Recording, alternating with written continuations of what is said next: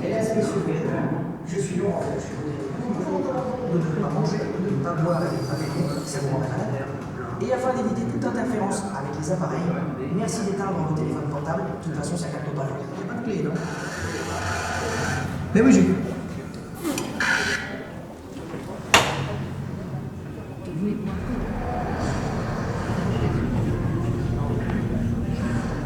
Mesdames et messieurs, bonjour et bienvenue à Choc Cosmique. À ce jour, près de 400 000 objets errent dans le système solaire. Les étoiles, les planètes et les galaxies sont en perpétuel mouvement. La force gravitationnelle, en les attirant les uns aux autres, provoque parfois leur collision. Sur cette immense voûte, l'acteur Laurent Deutsch vous invite à découvrir les effets de ces collisions sur l'univers. Destructeurs ou féconds, les chocs cosmiques ont modelé le passé, affectent le présent et continueront de façonner l'avenir. Place à un voyage spectaculaire aux confins de l'univers.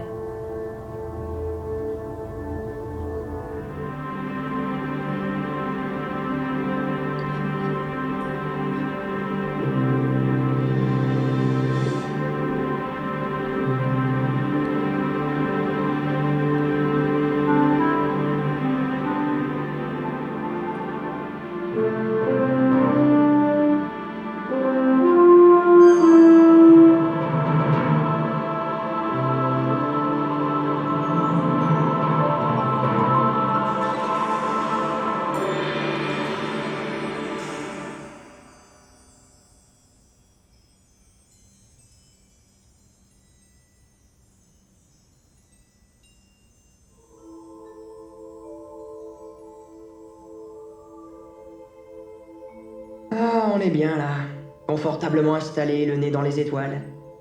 Relaxant, hein?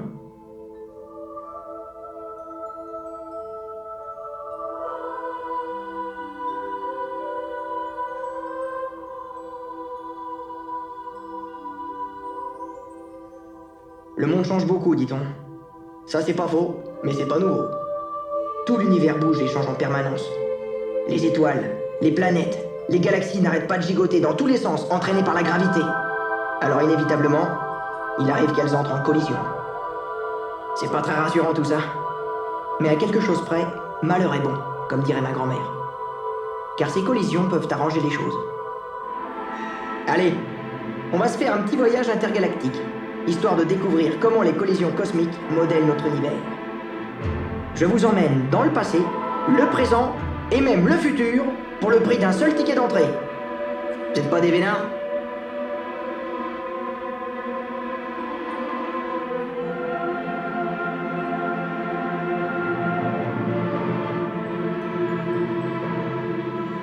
Bon, on va commencer par la Lune.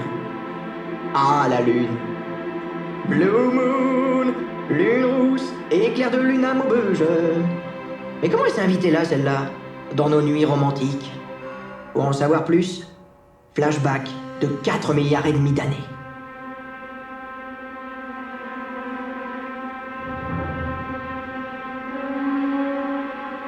Cette grosse boule de bowling rougeoyante, c'est la Terre. Ah si, mais au tout début. Pardon? Bah non, il n'y avait pas de vie là-dessus. C'était il y a très longtemps, je vous dis. Et à cette époque, le système solaire était un véritable Far West. Des blocs de roche gros comme des planètes circulaient un peu n'importe comment.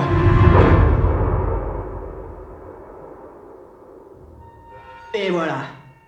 Un de ces gros rochers a percuté la Terre. Oh, ça a été moins une que notre belle planète ne finisse en morceaux. Regardez. De la roche en fusion a été projetée partout dans l'espace. Et tous ces bouts de cailloux sont restés en orbite autour de la Terre, à cause de la force de gravité.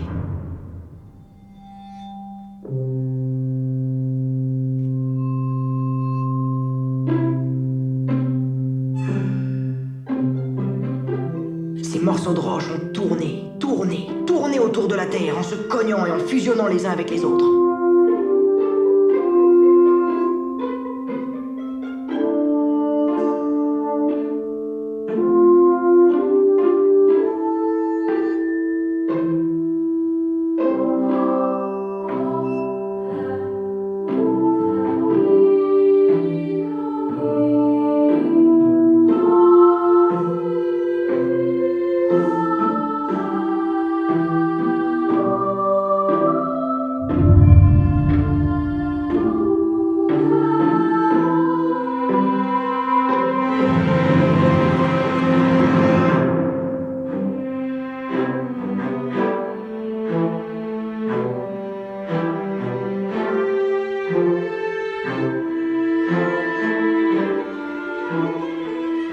Ils ont tourné jusqu'à ne devenir plus qu'une grosse boule. La Lune. Incroyable, non? Il semblerait qu'il ait fallu moins d'1 mois pour arriver à ce résultat. Pas mal, finalement. Et dire que tout ça est né d'une collision, ça fait rêver. Enfin, moi, ça me fait rêver. Et c'est pas tout. C'est cette collision qui a rendu possible la présence de la vie sur Terre. Eh ouais, étonnant ça, non? La force de l'impact a fait s'incliner l'axe de notre planète, créant les saisons. Et c'est l'attraction gravitationnelle de la Lune qui donne lieu à nos marées. Ah, ça vous la coupe, hein? Eh, je vous rassure, aujourd'hui notre système solaire est calme. RAS, rien à signaler. Et pourtant, on subit tous les jours les effets de milliards de collisions. Le fautif, le voilà. Le soleil. Bon, attention, hein. Le soleil est pas prêt de nous tomber sur la tête. Faut en finir avec cette légende. Notre orbite est stable et devrait le rester encore quelques milliards d'années. Bon, après, je réponds plus de rien. Ce que je voulais dire, c'est que toute la vie à la surface de la Terre dépend de collisions à l'intérieur du Soleil. Le Soleil est une étoile comme les autres, mais comme il est beaucoup plus proche, on le perçoit comme une grosse boule incandescente qui nous éclaire et nous réchauffe paisiblement. Paisible le Soleil? Faut voir.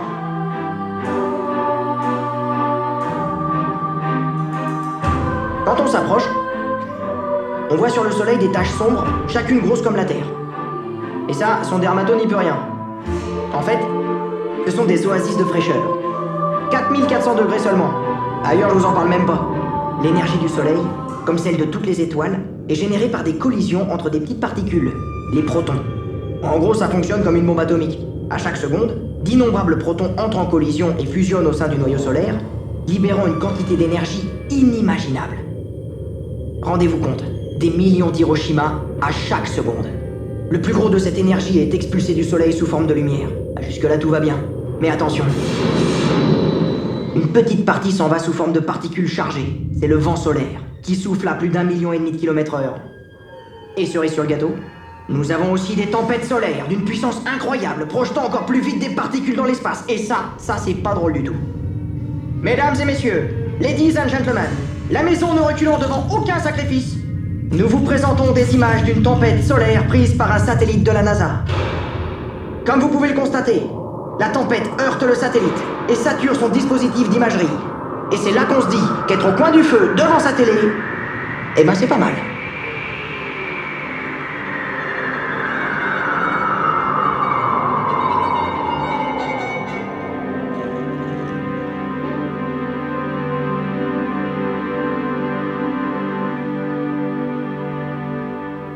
Le vent solaire balaye les planètes chaque seconde de chaque jour. À côté, nos tempêtes sur la Manche, c'est de la plaisanterie. Il est si puissant qu'un simple contact avec notre atmosphère en arracherait une bonne partie, laissant la Terre dans un état, je vous dis pas. Et heureusement, la Terre est protégée par un bouclier naturel invisible. La Terre a un gros noyau de fer et se comporte comme un aimant qui génère un champ magnétique protecteur. Blottie dans son cocon, la Terre est à l'abri du vent solaire.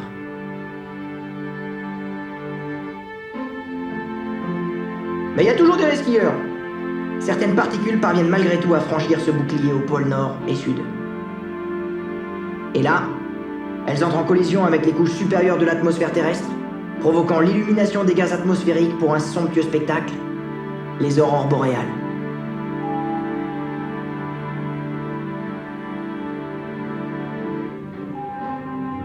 Tiens, un charter de touristes. Ah non, c'est les scientifiques de la Station Spatiale Internationale. Et à part vous et moi, c'est les seuls à pouvoir profiter du feu d'artifice depuis l'espace.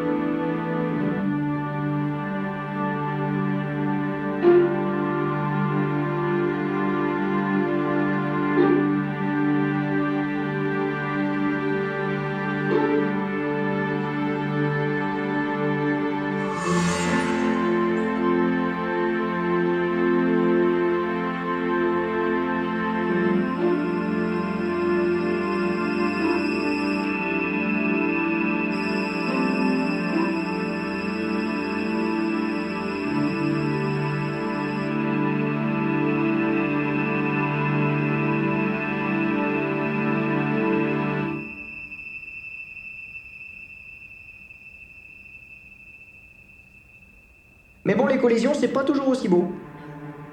Des fois, c'est même destructeur. Allez, parlons-en. Celle-là a bouleversé notre petit monde à nous. Les astéroïdes, c'est des desperados. Des vieux morceaux de roche et de métal, datant de la formation de notre système solaire. Et ouais, ça nous rajeunit pas. Ils tournent un peu comme ils veulent, entre Mars et Jupiter. Et parfois, il y en a qui viennent se balader un peu plus près de nous. Et évidemment, c'est pas sans danger. C'est un peu comme pour le loto. Il y a une chance sur 1 million pour qu'un gros astéroïde s'écrase sur la Terre. Mais comme pour le loto, des fois, eh ben c'est bingo. Et c'est ce qui nous est arrivé il y a 65 millions d'années.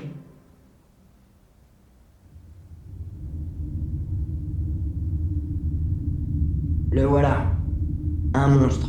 Large comme Paris. Il a foncé à 64 000 km/h droit sur la Terre. Bon, nous on n'était pas là, bien sûr. Et par contre, il y avait les dinosaures. Et eux, ils vont prendre cher. Il va s'écraser comme une pastèque, dans ce qui est aujourd'hui le golfe du Mexique. Et alors là... Bonjour les dégâts.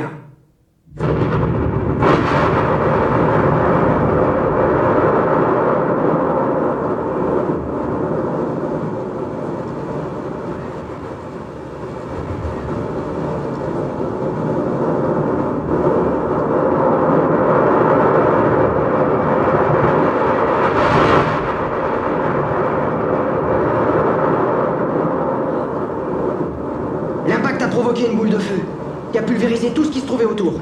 Tout a volé dans l'espace pour retomber en pluie brûlante.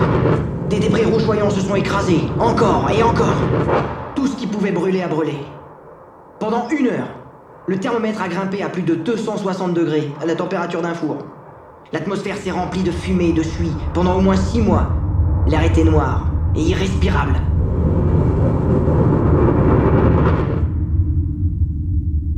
Autant dire que ça a fichu la saison touristique en l'air, et pas mal d'autres choses avec.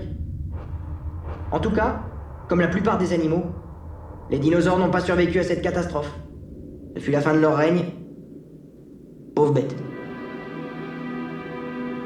Mais il y avait des coriaces sur Terre, et donc des survivants. Parmi eux, quelques petits dinosaures, qui sont devenus nos oiseaux actuels, des mammifères, qui en l'absence de grosses bêtes ont pu se faire une petite place au soleil, évoluer tranquillement et devenir entre autres des hommes. En clair, sans cette collision, on serait peut-être encore des dinosaures.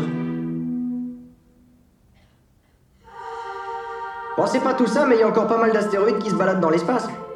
Et s'il en arrivait un autre, on ferait quoi? Salut les gars, c'est Bruce Willis. Eh ouais, finger in the nose. On fait comme dans Armageddon. On prend 4 types qui en ont, on les gicle là-haut avec une bonne dose de nitro, et boum! Pas si simple, Bruce, hein, pas si simple. Faire exploser l'astéroïde, ça arrangerait pas grand-chose. Tous les débris retomberaient sur la Terre, et alors, rebelote. Non, Bruce. Chirurgical, technologique. Écoute bien ça. Nos grosses têtes ont une idée. Pour modifier la trajectoire d'un astéroïde qui viendrait nous visiter, on ferait appel à la force gravitationnelle. On envoie un engin spatial, virevolter comme un moustique autour de lui, et l'attraction gravitationnelle de l'engin, même très faible, suffirait à modifier l'orbite de l'astéroïde et le faire dévier de sa trajectoire. Bon, pas en 5 minutes bien sûr, ça prendrait des années.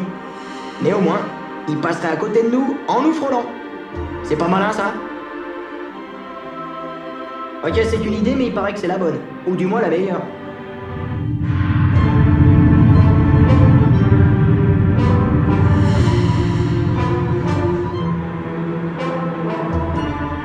En fait, si vous avez une autre super idée, n'hésitez pas, hein.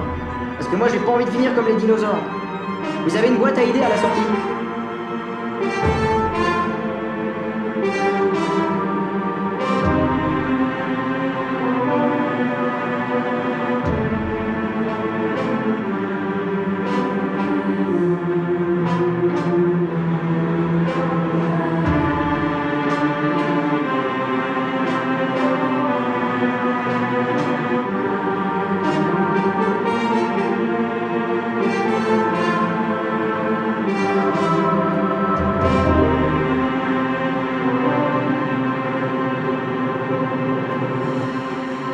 Ok, tout ça c'était les infos régionales. Mais qu'en est-il de notre vaste monde? Je veux dire, de notre vaste univers, aujourd'hui et même demain. Ah, ça vous démange de savoir, hein. Eh bien, pour en savoir plus, Quittons notre sympathique galaxie, la Voie lactée, où se niche notre tout petit système solaire parmi des milliards d'autres étoiles, et sans doute des milliards d'autres planètes, le tout enveloppé de gaz et de poussière. Bon, bref, chez nous.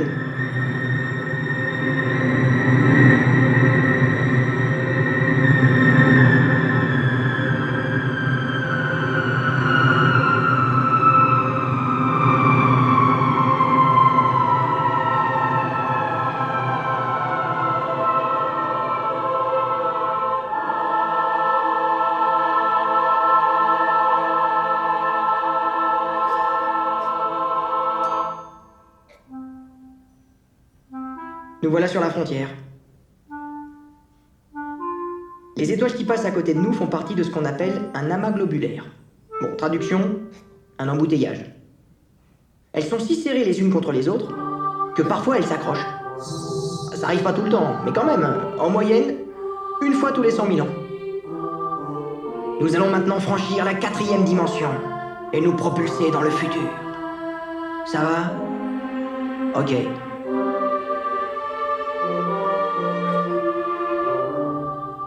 Bon maintenant, papier, crayon et prenez des notes. Nous sommes à une distance d'un demi-million d'années-lumière de la Terre, projetés à des milliards d'années dans le futur, et chaque seconde de ce que nous allons voir, à savoir une trajectoire de collision avec notre petite voisine, la galaxie Andromède, correspond à 40 millions d'années. C'est bon? Bon, c'est normal, c'est facile. Comme tout le monde, les galaxies ont la bougeotte, et même si elles sont très éloignées, la force de gravité les attire inexorablement les unes vers les autres.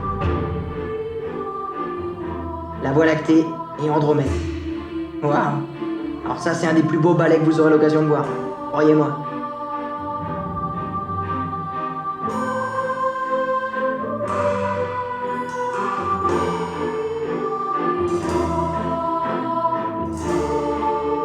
Ça devrait se passer sans mal. Les étoiles et les planètes sont vraiment trop loin les unes des autres pour entrer en collision. Elles vont simplement se croiser en se faisant coucou. Enfin, du moins, c'est ce que disent les scientifiques.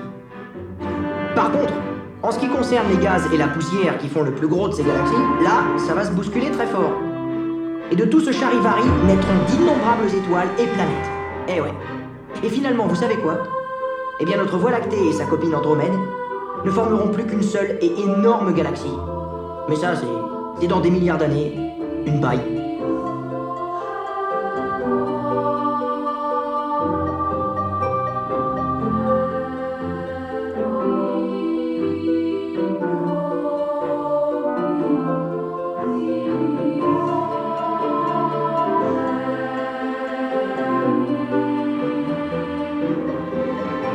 Les collisions font partie de la vie ordinaire de toutes les galaxies.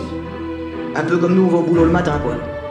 En fait, notre propre Voie lactée a été formée à partir de collisions entre de nombreuses petites galaxies. Et sans ces collisions, la Voie lactée n'existerait pas, donc pas de soleil, donc pas de terre, donc probablement pas de nous, ni de télé, ni de portable.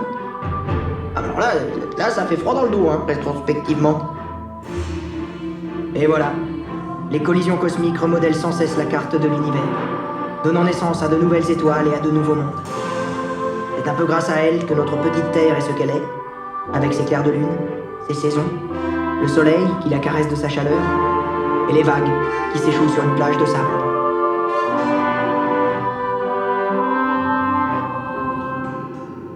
Finalement, on est bien peu de choses, ma petite dame. Poussière perdue dans cet infini agité, juste des passagers pour un bref voyage. Eh oh, pas de déprime, hein! On est aussi des explorateurs, avançant toujours plus loin dans la découverte de ce vaste univers. Et jusqu'où notre curiosité nous poussera-t-elle dans notre découverte? Eh bien, pour le savoir, rendez-vous dans quelques milliards d'années. Une paille.